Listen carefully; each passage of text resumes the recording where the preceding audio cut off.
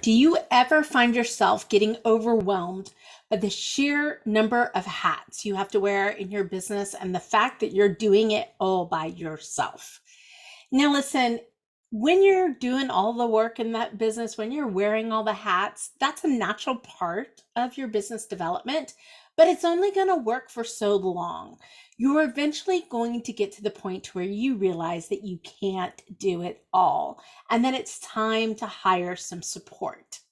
Well, howdy, I'm Leslie Hassler with Your Biz Rules. I help women led service businesses grow and scale profitably and sustainably so they can do great work, build a financial legacy for themselves, and have a greater impact in their community. And this is a topic that I talk about with my clients all the time because it's just that natural point of a business growth journey. And the number one question that we always have to be able to answer is, can I afford it? Can you afford to hire the support that you need so that you can continue to grow your business and stay in your zone of genius? So we're going to talk about 3 keys today that will help you decide if you're ready, if and when you can afford to hire support in your business. So our first key is that you've got a strategic plan to grow and scale your business. This is super key. It's almost like we're planning to create cash in a business in order to be able to afford the support we need.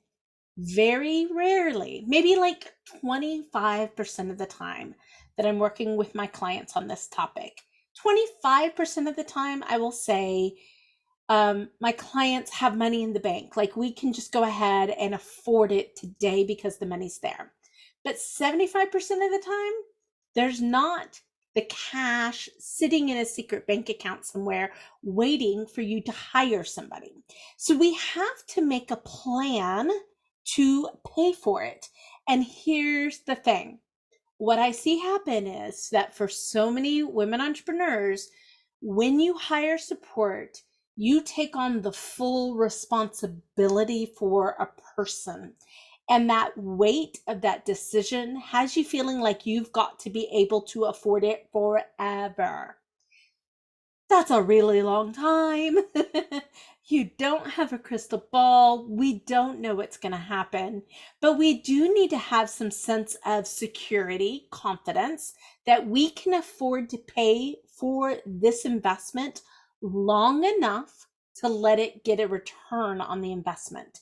So a strategic plan is really crucial to doing that when you can look at what new ways can your business generate cash because of this investment in support.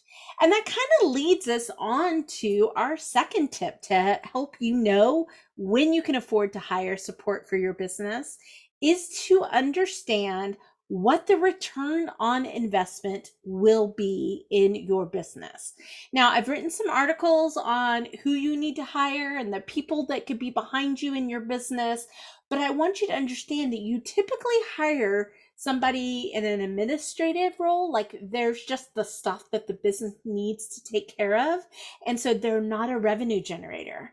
Or you hire people that are revenue generators, both really important hires. And it's really important for you to understand what the return on investment will be for these two hires. So if you're hiring somebody that's non-revenue generating, does it allow you as the owner to go sell more, service more, to earn more out on in the world? That's kind of like this opportunity cost where the investment that you're making is less than what you'll be able to return to the business because your own production will increase. Or is this a person who or support that helps generate more revenue? And understanding how quickly that could happen. Now, in some cases, what we might have been able to do in our first kind of key to being able to know when you can afford to hire support, when we talked about that strategic plan, we're building this in so that we're really super clear on what the return on investment is. When you know what that return is going to be in your business, be it in dollars, be it in time, be it in just stress level, reduction of stress level, you can make a better decision. Like everyone's always scared of spending the money. That's normal. We're just giving you the tools to help you see whether or not it's a smart decision and how it's going to benefit the business. So that was our second tip. The third tip is understanding what the potential impact will be to your business if you don't hire the support. Now, I personally just went through the Goldman Sachs 10,000 Small Business Program for my business. I happen to work with a lot of graduates of the program, and I wanted to go through it for myself. And one of the things that I knew was that I wasn't hiring enough support. And that was costing me the ability to grow.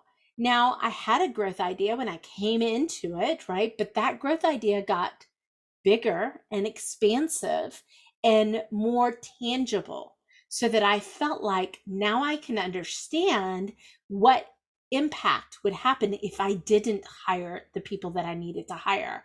And even just in the program, part of that, I hired an outsourced vendor and an employee.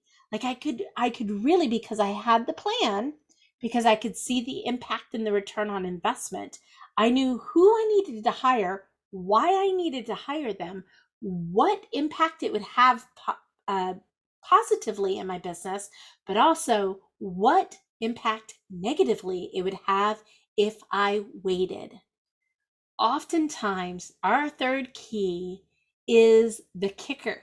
This is what I see happen, is that we allow our fear of not being able to afford somebody keep us from hiring the person that's so crucial to being able to get to the next level.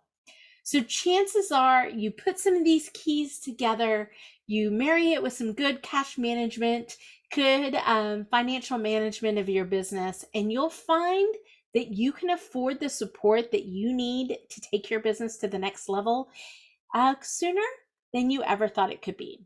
So that's it for today, guys. I hope you're doing well. As always, if we can help you, please let us know. And if you need more tips and strategies on how to grow and scale your business, head over to our website, yourbizrules.com.